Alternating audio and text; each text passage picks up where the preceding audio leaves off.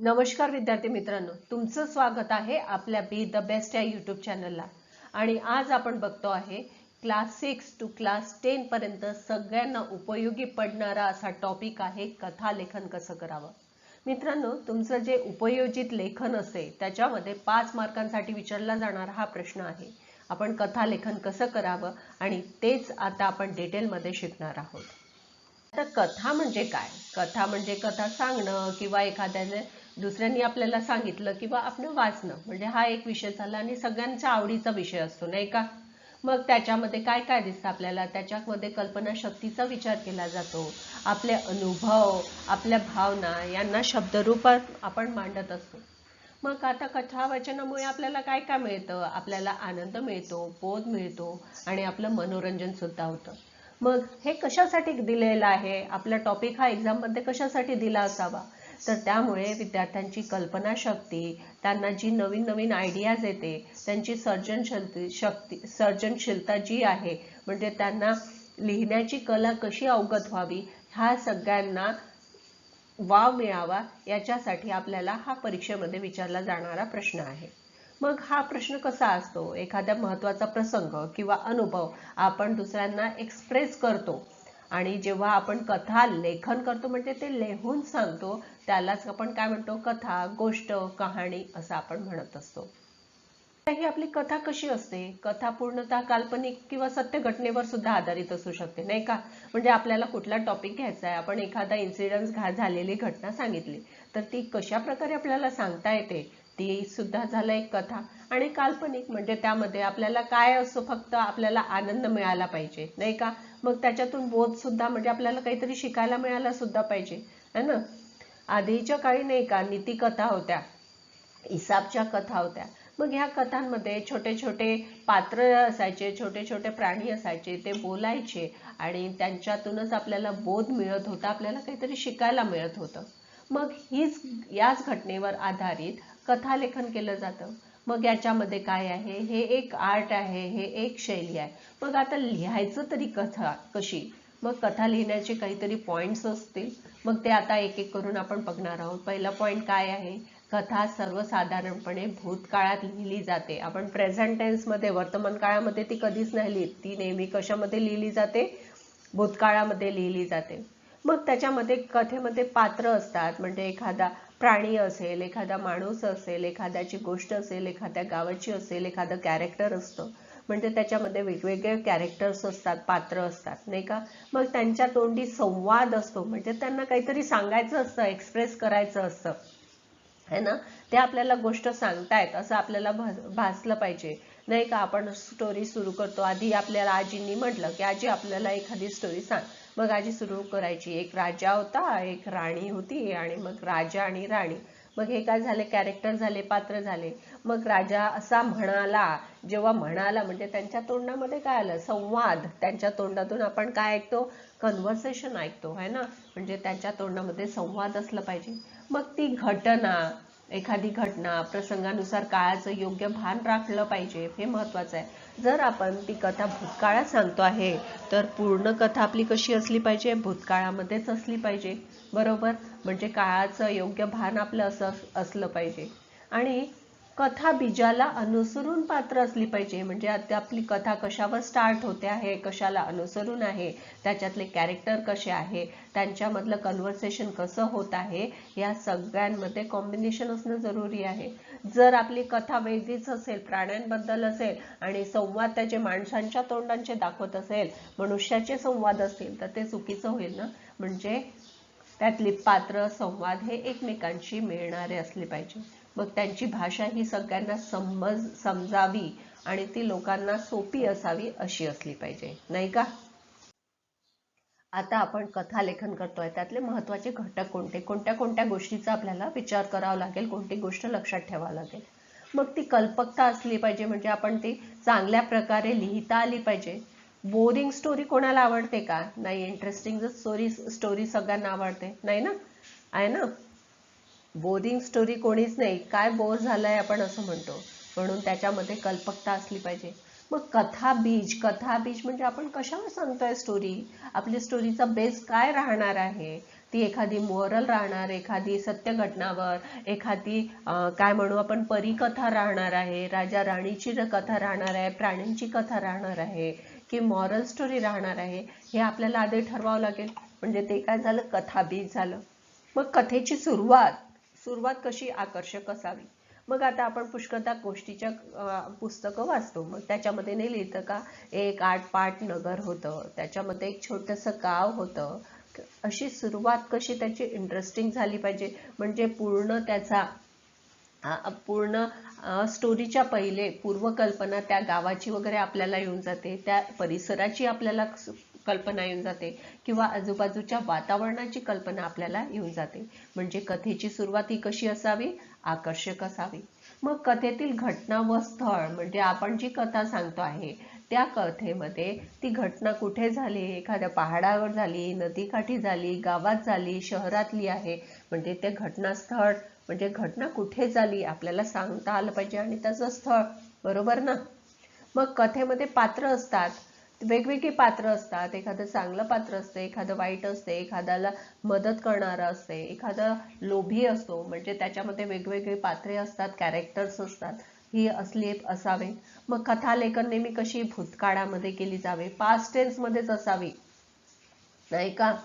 मग विक्रम बेताळच्या तुम्ही कथा ऐकल्या असेल, किंवा इसाप नीतीच्या कथा ऐकल्या आहेत, ह्या सगळ्या कशा भूतकाळामध्ये लिहिलेल्या गोष्टी आहेत, बरोबर. मग आता इकडे मग त्याच्यामध्ये शीर्षक, हे ते शीर्षक आहे, शीर्षक असलं पाहिजे, म्हणजे हेडिंग असलं पाहिजे आपल्या स्टोरीला. त्याच्यावरूनच आपल्याला लक्षात येईल ना की आपली स्टोरी कशावर आहे. हेडिंग वरूनच आपल्याला लक्षात येते की आपल्याला स्टोरी ही रीड करायची आहे की नाही रीड करायची आहे, बरोबर.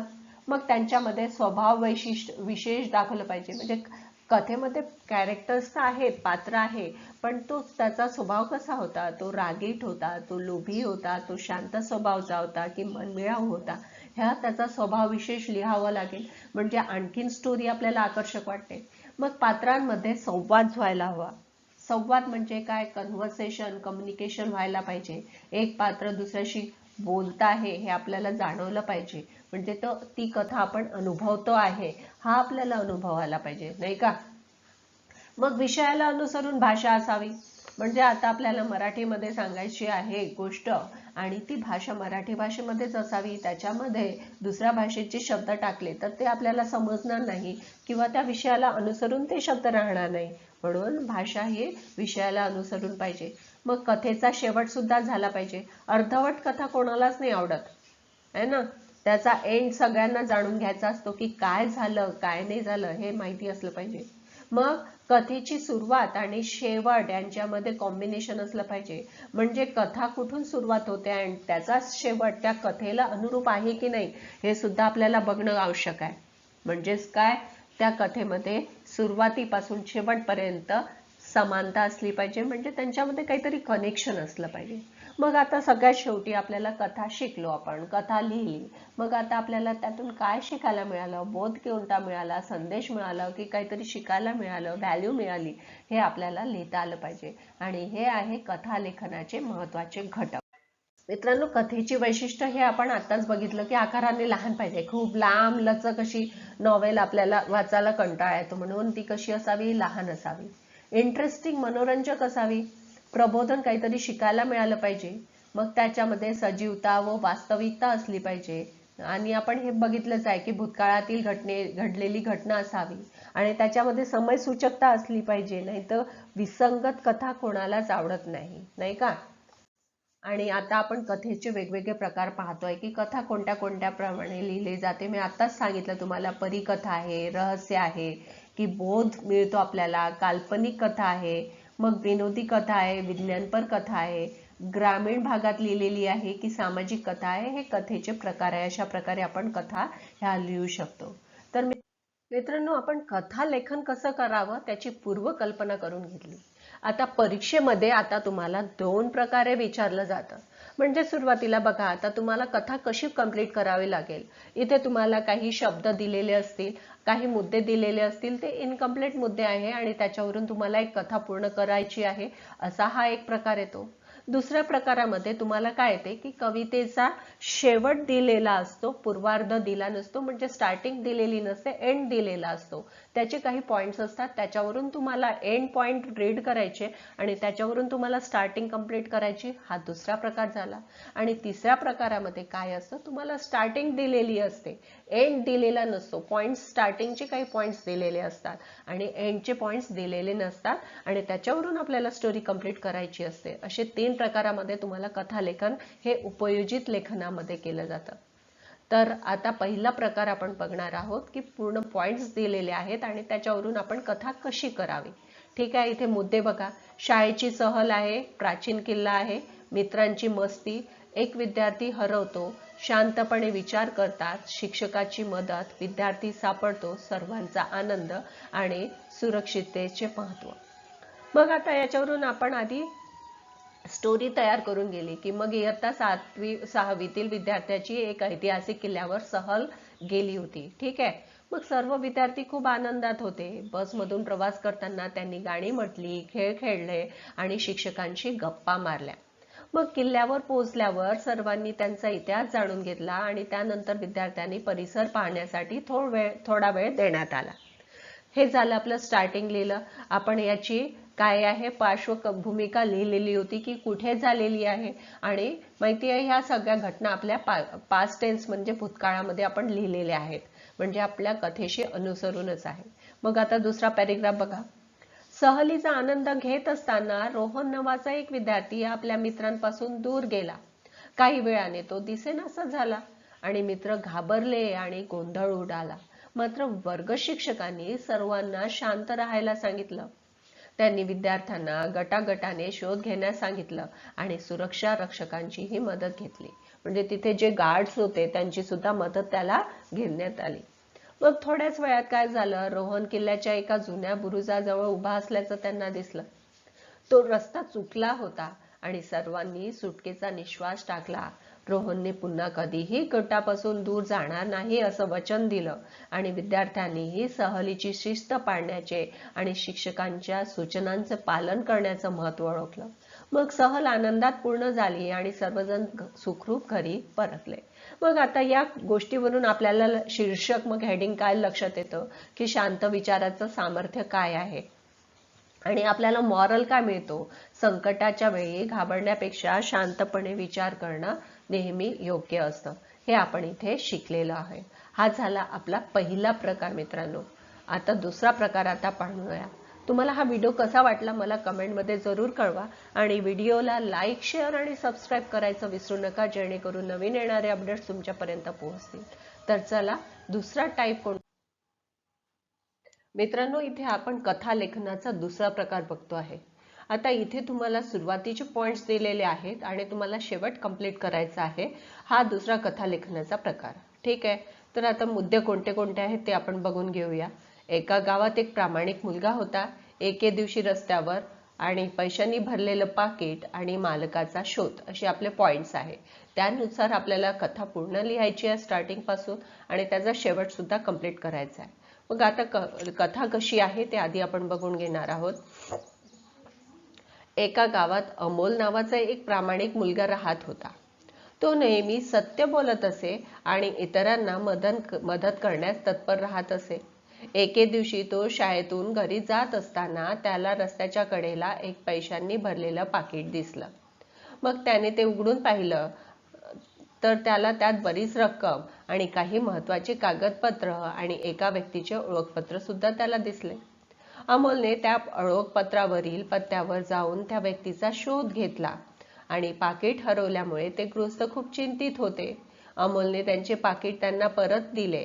आपले सर्व पैसे आणि कागदपत्र सुरक्षित मिळाल्यामुळे ते खूप आनंदी झाले होते. त्यांनी अमोलचे मनापासून आभार मानले आणि त्याला बक्षीस देऊ केले. अमोलने मात्र नम्रपणे सांगितले, दुसऱ्यांची वस्तू परत करणे हे माझं कर्तव्य आहे. त्याच प्रामाणिकपणाची सर्वांनी भरभरून कौतुक केले आणि गावातील लोकांनी त्याचा आदर्श मुलांना म्हणून सत्कार केला. त्या दिवसापासून इतर मुलांनाही प्रामाणिक राहण्याची प्रेरणा मिळाली. मग याचं शीर्षक काय दिलेलं आहे आपण बघा, प्रामाणिकपणेचं बक्षीस, बरोबर. आणि इथे बोध काय मिळतो आपल्याला, म्हणजे मॉरल काय मिळते इथून. प्रामाणिकपणा हे सर्वात मोठं धन आहे, बरोबर. आता कथा लेखनाचा तिसरा प्रकार आपण बघणार आहोत. इथे स्टार्टिंग पॉइंट्स आपल्याला दिले आहेत का? नाही, आपल्याला शेवटचे पॉइंट्स दिलेले आहेत आणि त्याच्यावरून आपल्याला कवितेचा स्टार्टिंग लिहायची आहे आणि त्याचा शीर्षक आणि बोध आपल्याला लिहायचा आहे. तर इथे बघा, इथे मुद्दे काय दिलेले आहेत. जंगलातील आग लागली होती, मग सर्व प्राण्यांचे प्रयत्न, आग विझते, जंगल वाचते आणि एकतेचा विजय होतो. आता इथे कथा लेखन बघा. कथा काय आहे? घनदाट जंगलात अनेक प्राणी आनंदाने राहत होते. सर्वजण एकमेकांना मदत करत असल्यामुळे जंगलात नेहमी शांतता आणि आनंदाचं वातावरण असे. एके दिवशी दुपारच्या वेळी प्रचंड उष्णतेमुळे जंगलातील कोरड्या गावाला आग लागली. काही क्षणातच आग वेगाने पसरू लागली. सर्व प्राणी घाबरले आणि इकडून तिकडे पळू लागले. मग काय झालं? तेवढ्यात जंगलाचा राजा सिंह पुढे आला. त्याने सर्वांना धीर दिला आणि प्रत्येकाला काम वाटून दिले. हत्ती सोंडेने नदीचं पाणी आणू लागला. हरणे आणि ससे लहान प्राण्यांना सुरक्षित ठिकाणी घेऊन गेले. माकडे झाडावरील पक्ष्यांची पिल्ले खाली आणून सुरक्षित ठिकाणी ठेवू लागले. पक्षी आपल्या पंखांनी धूर दूर करण्याचा प्रयत्न करू लागले. सर्व प्राण्यांनी मिळून सतत प्रयत्न केले आणि काही वेळाने आग पूर्णपणे विझली व मोठे संकट टळले आणि संपूर्ण जंगल वाचले. त्या दिवसापासून सर्व प्राण्यांना समजलं की संकट कितीही मोठं असलं तरी एकजुटीने त्यावर मात करता येते. मग याचं आपण हेडिंग काय दिलेलं आहे? एकतेची ताकद हे हेडिंग दिलेलं आहे. आणि बोध काय मिळतो आपल्याला? एकतेतच खरी ताकद असते. म्हणजे एकजुटीने केलेलं कार्य खूप मोठं असते, हे आपल्याला त्याच्यातून मॉरल शिकायला मिळालं. मित्रांनो, कथा लेखन म्हणजे काय आणि ते कसं करावं, आता ही कन्सेप्ट तुमच्या क्लिअर झाली असेल अशी मला आशा आहे. तुम्हाला हा व्हिडिओ कसा वाटला कमेंटमध्ये जरूर कळवा आणि व्हिडिओला लाईक, शेअर आणि सबस्क्राईब करायचं विसरू नका, जेणेकरून नवीन येणारे अपडेट्स तुमच्यापर्यंत पोहोचतील. तर भेटूया लगेचच पुढच्या व्हिडिओमध्ये. तोपर्यंत थँक्यू.